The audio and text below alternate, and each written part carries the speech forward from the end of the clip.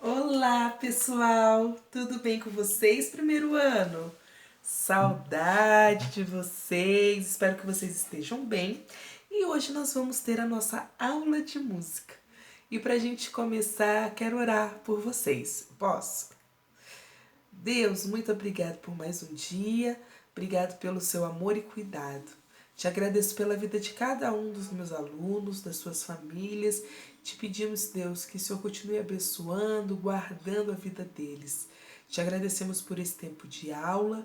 Te pedimos a tua ajuda, Deus, que o Senhor possa nos ajudar a cada instante durante a aula de música. É o que nós te pedimos em nome de Jesus. Amém. Muito bem. Olá, alunos, como vão vocês?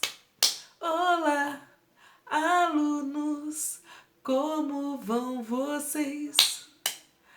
Espero que vocês estejam bem, de verdade, e que a gente possa ter uma semana bem especial. Hoje eu tô aqui pra gente, na nossa aula de música, pra gente continuar pensando a respeito da música. E a gente tem estudado os instrumentos que fazem parte. A gente viu que a gente tem algumas formações musicais. Uma delas é a orquestra. E aí a gente viu que a orquestra ela é composta por várias famílias de instrumentos musicais. Então, dentro de uma orquestra, a gente tem a família das cordas, dos metais, das madeiras, da percussão. Cada família é muito importante dentro da orquestra. Cada família traz uma sonoridade, traz um som muito bacana que a outra não consegue fazer. Então, dentro da orquestra, a gente não tem famílias rivais. Não, nós temos várias famílias porque uma se completa na outra. Uma ajuda a outra para que a orquestra tenha um som muito legal, muito bonito e muito potente. Então a gente não tem sons rivais. Nós temos sons que são muito importantes para que a orquestra seja do jeito que ela é. E aí, aproveitando que a gente está falando sobre orquestra, eu queria contar uma história para vocês hoje. A história de um músico, compositor. Eu quero contar a história de um menino que desde muito cedo ele aprendia a tocar piano. Ele, quando tinha a idade de vocês, ele já sabia tocar músicas no piano. Ele era muito talentoso, muito talentoso. E o pai dele, quando viu que ele era talentoso, falou: "Oh, meu filho, vamos estudar música." E ele ficava lá horas, horas. Vocês acham que ele naquela época não tinha videogame, né? Mas ele não poderia ficar jogando videogame, ele não poderia ficar brincando pela casa. O pai dele obrigava ele a se dedicar e estudar só para a música. E ele foi estudando. E ele gostava muito de música, né? E ele foi estudando, se dedicando, e ele conseguiu algo que poucos conseguem. Tão novo, por exemplo, com 11 anos de idade, ele já tocava as obras de um músico muito difícil, de um cara chamado Johann Sebastian Bach. Então, ele já tocava músicas de Bach muito bem. Mas não é de Bach que eu estou falando. Eu estou falando sobre Ludwig von Beethoven. Então nós estamos falando de Beethoven. Vocês já podem ter visto, não sei se vocês conhecem, a história de um Beethoven de um cachorro. Mas esse cachorro tem esse nome por causa desse músico, que se chama Beethoven. Beethoven ele foi muito tão importante para a história da música toda. Ele nasceu há muitos anos atrás. Ele nasceu exatamente no dia 17 de dezembro de 1770, lá na Alemanha. Então, como eu falei para vocês, ele desde pequeno ele já tocava música, né? Tocava no piano, tocava cravo. E ele foi crescendo, cada vez que foi crescendo ele ia melhorando mais, tocando mais, e com isso ele começou a ganhar importância no mundo da música. Ele tinha 7 irmãos, Poucos irmãos, né? 7. 7 irmãos e ele de todos era o mais talentoso para música. Muito bem, quando ele foi ficando adulto, ele tinha uns 21 anos, ele foi para uma outra cidade chamada Viena. E lá muita coisa sobre a música acontecia, era muita coisa, eles gostavam muito e ele ficou nessa cidade durante muito tempo. E lá ele descobriu uma coisa muito triste, muito triste, muito triste. Ele descobriu que ele tinha uma doença. Naquele tempo, a medicina não era avançada como agora.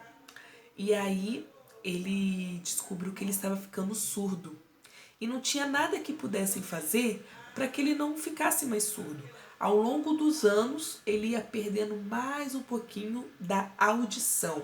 A audição é o sentido do nosso corpo que nos faz ouvir as coisas. Então ele iria perdendo a audição com o tempo. Só que ele não deixou de fazer música. Ele continuou se dedicando à música muito, muito, muito.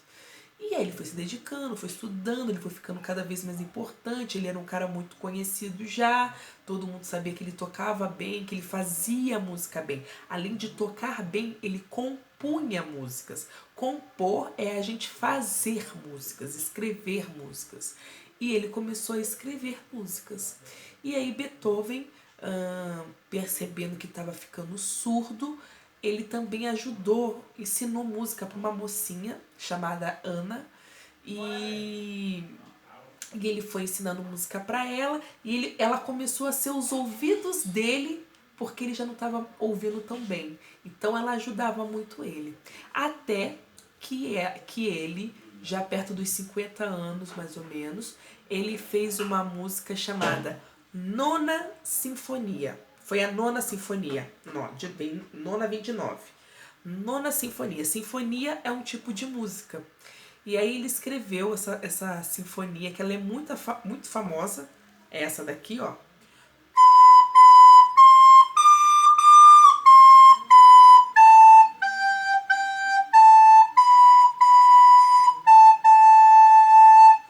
Ele escreveu, esse aqui é o tema da Nona Sinfonia. Então ele escreveu a Nona Sinfonia toda quando ele estava surdo, muito surdo. Muito surdo não, ele não ouvia mais nada. E aí ele acabou de escrever essa música surdo. Isso já foi um choque para a sociedade, para as pessoas. Todo mundo pensou, como que um homem surdo pode fazer música? E ele provou que pode, porque ele era muito musical, muito musical. E aí ele fez a Nona Sinfonia e ele trouxe algumas novidades para a orquestra. Por isso que eu estou falando dele, por causa da orquestra. A primeira novidade, ele colocou tímpanos. Tímpanos são tambores muito grandes que ficam na orquestra. Até então, não tinha tímpanos na orquestra. Como pode um homem surdo ainda trazer novidade? Sim, porque não é porque a gente tem alguma limitação de fazer algo que não pode ser bom. Não pode trazer novidade. E ele provou muito bem isso. Então ele colocou os tímpanos, que são nos instrumentos da percussão, ou seja, pode ser percutido.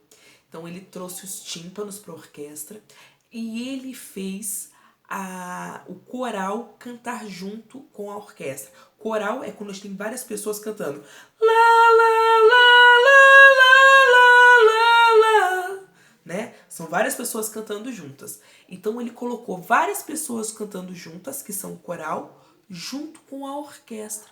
Gente, foi bafão. Foi novidade. As pessoas ficaram encantadas, porque aquele homem que ficou surdo não se deixou abater, não deixou de fazer algo porque ele estava surdo. Ele continuou fazendo aquilo que ele sabia e fez muito bem. Foi lindo, tanto que a Nona Sinfonia é conhecida até hoje. Mais de 300, 400 anos que ela foi feita, a gente ainda conhece essa música e sabe cantar ela, porque ela é uma música que marcou a nossa vida, a nossa história. Então, Beethoven, que fez essa música surdo e trazendo várias novidades para a orquestra. Então hoje eu vou deixar um vídeo do tema da Nona Sinfonia para vocês ouvirem e eu quero que vocês façam um desenho com aquilo que vocês sentiram ouvindo a música, tá bom? Um beijo e boa semana. Tchau, tchau!